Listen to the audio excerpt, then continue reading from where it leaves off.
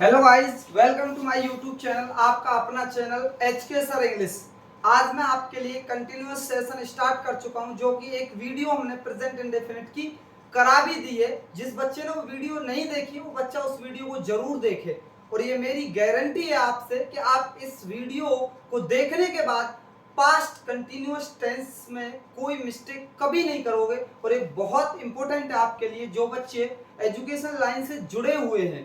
और बेस्ट मात्र 10 या 15 मिनट की वीडियो होती है, वैसा आप इसको देखना ना भूलें और आप अपने इंग्लिश को इम्प्रूवमेंट करें, अपनी इंग्लिश में इम्प्रूवमेंट करें ताकि आपकी इंग्लिश अच्छी हो पाए और कॉम्पिटिटिव लेवल में भी आपके काम आ पाए। देखो, मैंने part first past continuous tense जिसकी पहचान क्या होती है हिंदी माध्यम से अगर देखें, रहा था, रहे थे, मतलब रहा था आ जाए और रहा साथ आ जाए तो इसे कंटिन्यूअस बोला जाता है।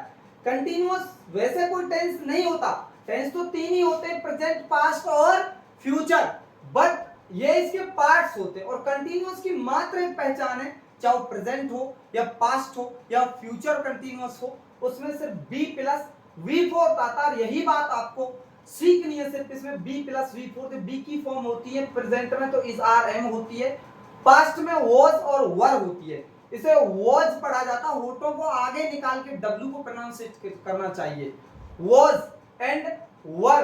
तो ये वॉज कहां पे आता है, इज, ही, मैंने बोला आई, ही, सी और इट। और सिंगुलर सब्जेक्ट हो तो इनके साथ में वॉज का प्रयोग करते हैं, और अगर प्लूरल सब्जेक्ट हो, you, we, they and girls, कोई भी प्लूरल सब्जेक्ट हो, इनके साथ हम वर का प्रयोग करते हैं। आप ऐसे भी याद रख सकते हो कि सिंगुलर क्या होता है, छोटा सब्जेक्ट, छोटे सब्जेक्ट के साथ छोटी वर्ब, वॉज छोटी वर्ब, और प्लूरल सब्जेक्ट यू, वी, दे और गर्ल्स, इनके साथ ही प्लूरल सब्जेक्ट, प्लूरल मतलब बड़ा बड़ा सब्जेक्ट, तो बड़े सब्जेक्ट के साथ बड़ी वर्ब, जैसे वर, क्या है, वर।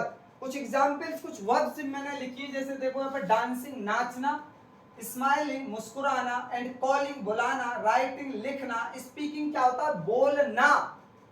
मैंने कुछ एग्जांपल लिखे, एग्जांपल को जरूर देखें। और देखो, जैसे मैं तुमसे बोल रहा था, ये पास्ट की कंडीशन दिखा रहा है कि मैं कब बोल रहा था, ये पास्ट दिखा रहा है किसी समय को, मैं तुमसे बोल रहा था। I was speaking to you, तो आई क्या है, आई एक सब्जेक्ट है, फिर क्या आती है, वर्ब आती है बी की फॉर्म। भाई ये वाज है ना, इस बात को ध्यान रखना है कि वॉज मानना बी की फॉर्म है। किसकी फॉर्म है, बी की फॉर्म है। बी के बाद क्या आएगा, आईएनजी, बोलना, फिर काम किया थी, बोलना क्या है, स्पीक, और आईएनजी लगा देते, रहा को देख के स्पीकिंग टू यू। यू क्या है, ऑब्जेक्ट, अदर पार्ट है, क्या है, अदर पार्ट। एक एग्जांपल और लिखा हुआ है, वे जा रहे थे, जैसे they were going, they were going. I think ये बात सभी के समझ में आई होगी। और बेस्ट, मैं ज्यादा आपसे नहीं बोलता, बस वीडियो को जरूर देखें लास्ट तक, मैं और कुछ आगे बता रहा हूं। और जितना मैं कराऊं उसको पेन से लिखना है या उसका स्क्रीनशॉट लेना, ये मेरी गारंटी है आपसे। आप जितनी बेटर इंग्लिश मैं आपको यहाँ पे कराऊंगा, आप शायद नहीं कर पाओगे दूसरी की, और करोगे तो आपको ये समझ में नहीं आएगा कहाँ से क्या करें। मैं आपको प्रोनाउंसिएशन भी कराऊंगा, स्पोकन इंग्लिश भी कराऊंगा, एंड ग्रामेटिकल पोर्शन भी कराऊंगा। सबसे पहले हम ग्रामेटिकल पोर्शन को कर रहे हैं, जो कि बहुत इंपॉर्टेंट है, और इसके बाद ही हम किसी चीज को समझ पाते हैं। हमारी स्पोकन इंग्लिश भी अगर अच्छी करनी है तो ग्रामेटिकल पोर्शन अगर आपका बेटर है, दैट मीन्स आपका अच्छा है, तभी आप कर पाते हो अच्छी spoken English.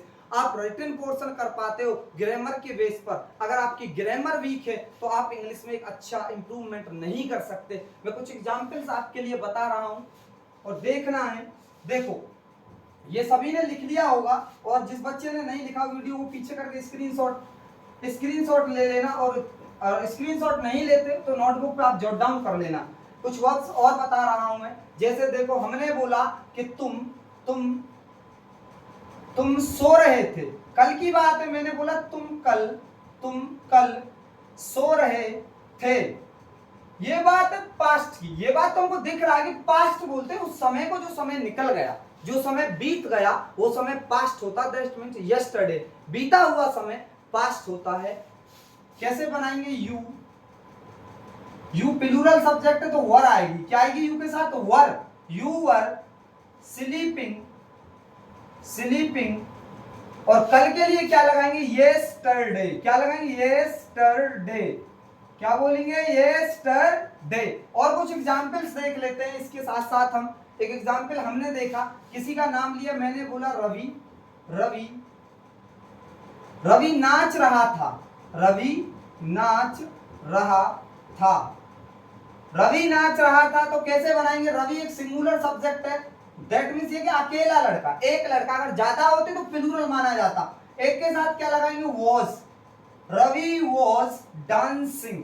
Dancing, Ravi was dancing. बस ये बी की फॉर्म है। बी के बाद क्या आता है, आईएनजी।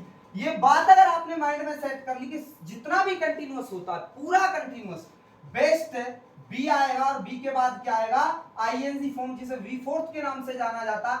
आईएनजी फॉर्म को हम आईएनजी फॉर्म भी बोल देते हैं। क्या बोल देते हैं, आईएनजी फॉर्म भी बोल देते हैं। और एक इसका नाम है वी फर्स्ट प्लस आईएनजी भी बोल देते हैं। और इसे कंटिन्यूअस टेंस फॉर्म भी बोला जाता है। मतलब आईएनजी के बहुत नाम है, तो हमको सभी नामों को जरूरी नहीं याद करें, बट आप एक बार देख लो। आईएनजी को वी फोर्थ बोलते हैं, आईएनजी फॉर्म बोला जाता है, वी फर्स्ट प्लस आईएनजी बोला जाता है। और एक इसका नाम होता है कंटिन्यूअस टेंस फॉर्म।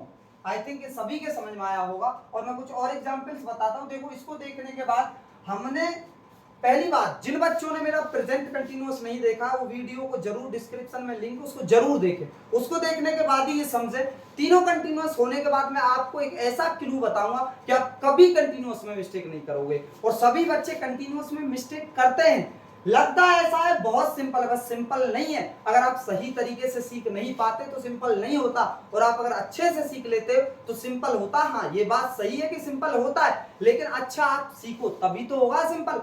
आप याद रखते हो रहा था, रहे थे, नहीं। आपको समझना है कि अगर कंटिन्यूअस उस वर्ब को बोला जाता है जो उस समय कंटिन्यूटी में था, दैट मींस हो रहा था।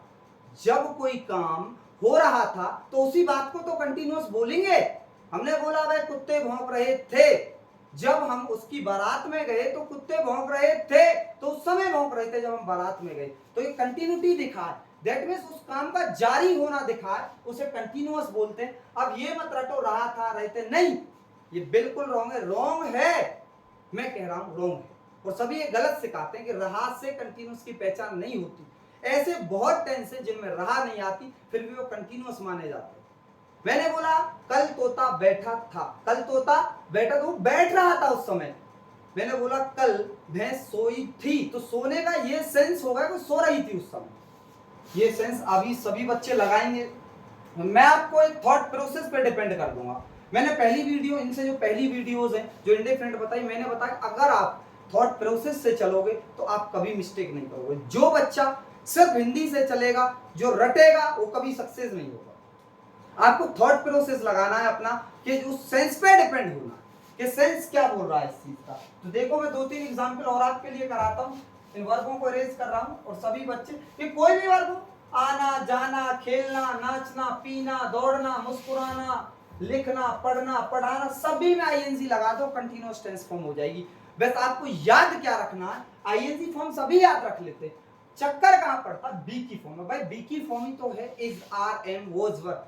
इज, आर, एम प्रेजेंट में लगती है, वॉज, वर पास्ट में लगती है। वॉज, वर कहां पे लगती है, पास्ट में। इनके बाद में मैं आपको ये भी बताऊंगा कि बी की फॉर्म इज, आर, एम और वाज, वर होती है। हेल्पिंग वर्ब कब होती है, ये मेन वर्ब कब होती है। हम क्या सीख लेते हैं कि हमेशा मेन वर्ब होती है, हमेशा हेल्पिंग वर्ब होती है। नहीं, हमेशा हेल्पिंग वर्ब नहीं होती इज, आर, एम, वाज, वर। ये मेन वर्ब का भी काम करती है। लेकिन मैं कुछ बताऊंगा इन वीडियोस के बाद, जब हम आगे ग्रामर चलेगी तो हम जरूर इन बात पर दैट मींस मेरा ना ये आपसे मतलब है, ये आपसे प्रॉमिस, अगर आपकी कोई भी प्रॉब्लम है, मेरा वादा मैं आपको करा के मानूंगा। और आप पूछोगे जरूर बताऊंगा, और आपसे ये कन्नी नहीं काटूंगा, अरे ये तो ऐसे ही होता नहीं। हर बात का आपके लिए आंसर दिया जाएगा ग्रामर के अनुसार, और ग्रामर और एक का प्रूव्ड आंसर दिया जाएगा रेन इन मार्टिन बुक से। आपको ऐसे नहीं आप किसी भी बुक से पढ़ो, लूसेंट से नहीं, आपको रेन इन मार्टिन के द्वारा आंसर दिया जाएगा। रेन इन मार्टिन वो बुक है जो इंग्लिश की माने तो जननी माना जाता है। एक नेक्स्ट एग्जाम्पल लेते हैं हम। जैसे हमने बोला हम या वे, या बोलते हैं हम दौड़ रहे थे, हम दौड़ रहे थे, हम दौड़ रहे थे। तो मैंने हम दौड़ रहे थे, तो कैसे बनाएंगे, वी प्लूरल सब्जेक्ट है, वी के साथ वर आएगा। क्या आएगा, वी के साथ वर। वर्ड दौड़ने की क्या रनिंग, क्या है रनिंग, क्या है रनिंग।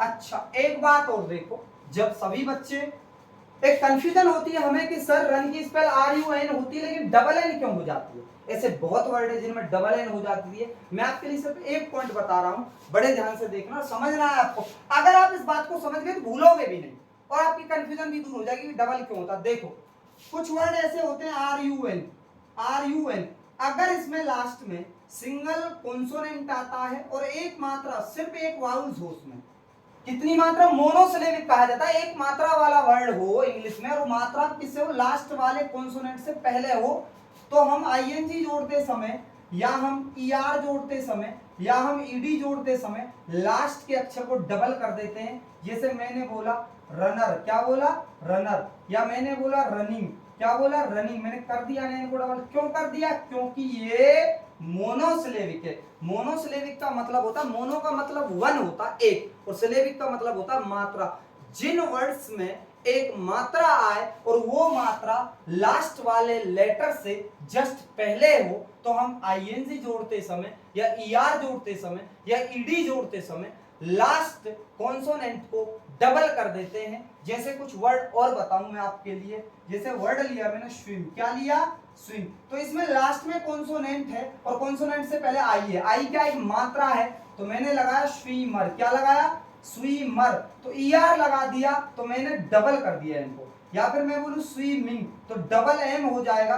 क्यों, ये बहुत वर्ड है ऐसे जो आपके लिए एक जानना बहुत जरूरी है कि डबल क्यों होता है, डबल क्यों होता है। कुछ इसकी स्पेशल वीडियो लेके आऊंगा कि डबल क्यों होता है, कोई दिक्कत नहीं, सभी बच्चों के समझ में आ जाएगा। और जिन बच्चों ने प्लीज हमारे चैनल को लाइक शेयर सब्सक्राइब नहीं किया वो लाइक शेयर सब्सक्राइब कर दें और बेल आइकन की घंटी दबा दें, ताकि जो भी हमारी नई वीडियो आती है उनका नोटिफिकेशन आपके पास सबसे पहले पहुंचे और आप उन वीडियो को देखना ना भूलें, आपसे मिस ना हो पाए। और आप सभी वीडियो को बस 10 या 15 मिनट का टाइम दो और ये मेरी गारंटी है कि मैं आपको पूरी ग्रामर का एक टीचर, एक आपको ऐसी ग्रामर सिखा दूंगा कि आप किसी के सामने ये कह पाओगे हाँ मेरे पास इंग्लिश बेस्ट आती है, मेरे पास इंग्लिश बेस्ट आती है, और आप किसी के सामने भी बोल पाओगे, किसी के सामने लिख पाओगे और आपको अपने आप पे कॉन्फिडेंस होगा। आप जब भी कंपटीशन की तैयारी करोगे आपके बहुत काम आएगी। Thanks a lot.